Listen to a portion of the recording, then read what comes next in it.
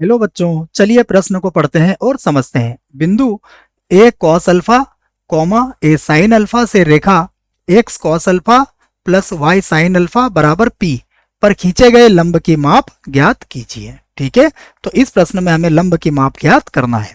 प्रश्न को हल करने से पहले हम प्रश्न की मुख्य अवधारणा लिख लेते हैं। ठीक है बच्चों, मुख्य अवधारणा, इसको सही कर लेते हैं, थोड़ा सा मिस हो गया है। ठीक है, तो ये हमारे पास हो गई मुख्य अवधारणा।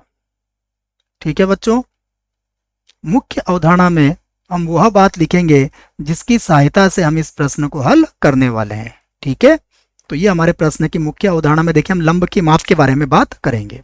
ठीक है, तो देखिए अगर हमारे पास रेखा है, रेखा A X plus B Y plus C बराबर 0 की बिंदु, अगर हमें कोई बिंदु दिया है x1 कॉमा y1 से लंबवत दूरी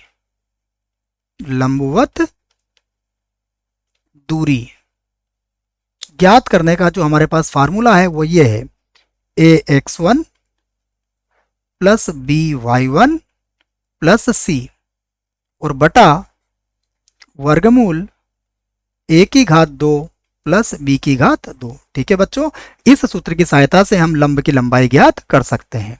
अब देखते हैं प्रश्न में हमें क्या दिया है। तो जो प्रश्न में दिया है हम उसे लिख लेते हैं। दिया है, देखो प्रश्न में हमें दिया हुआ एक बिंदु, तो ये बिंदु लिख लिया मैंने।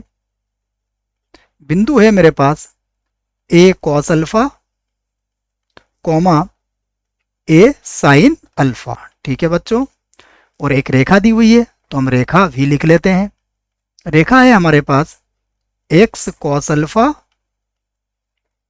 प्लस y साइन अल्फा, ठीक है, इक्वल टू है p। इसे हम समीकरण 1 बना देते हैं। ठीक है, तो बिंदु की रेखा से दूरी अब हम निकाल सकते हैं।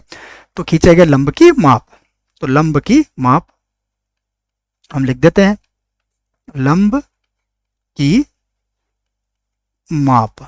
ठीक है बच्चों, तो हमने इसका सूत्र पहले से ही लिख लिया है। अब हम सीधा इसमें मान रख देते हैं। तो देखो x की जगह पर कितना लिखूंगा मैं, a कॉस अल्फा और इंटू फिर से कितना आ जाएगा, कॉस अल्फा। ठीक है बच्चों, फिर प्लस यहां देखो y की जगह पर क्या आएगा, a साइन अल्फा और साइन अल्फा, रेखा में भी साइन अल्फा ही है। और देखिए p को अगर बराबर के उधर ले जाऊंगा तो ये हो जाएगा माइनस का p। ठीक है बच्चों, अब देखिए बटे में क्या आएगा, बटे में लिख लेते हैं। तो वर्गमूल, देखिए x का गुणांक कितना है, cos, तो ये बन जाएगा cos स्क्वायर अल्फा और प्लस हो जाएगा साइन स्क्वायर अल्फा। ठीक है बच्चों, और हमें पता है साइन स्क्वायर अल्फा और cos स्क्वायर अल्फा कितना होता है, 1 होता है। तो अब यहाँ पर क्या बचेगा हमारे पास, देखो ये बनेगा a cos स्क्वायर अल्फा, तो ये होगा a cos स्क्वायर अल्फा, ये बनेगा a साइन स्क्वायर अल्फा और माइनस कितना हो जाएगा p, और बटे में कितना आएगा बच्चों, देखो बटे में कितना आएगा, 1 का वर्गमूल 1। अब देखो क्या यहाँ से हम a कॉमन ले सकते हैं, तो हम यहाँ से क्या करते हैं, a को भी कॉमन ले सकते हैं। ठीक है, तो a कॉमन ले लेते हैं हम।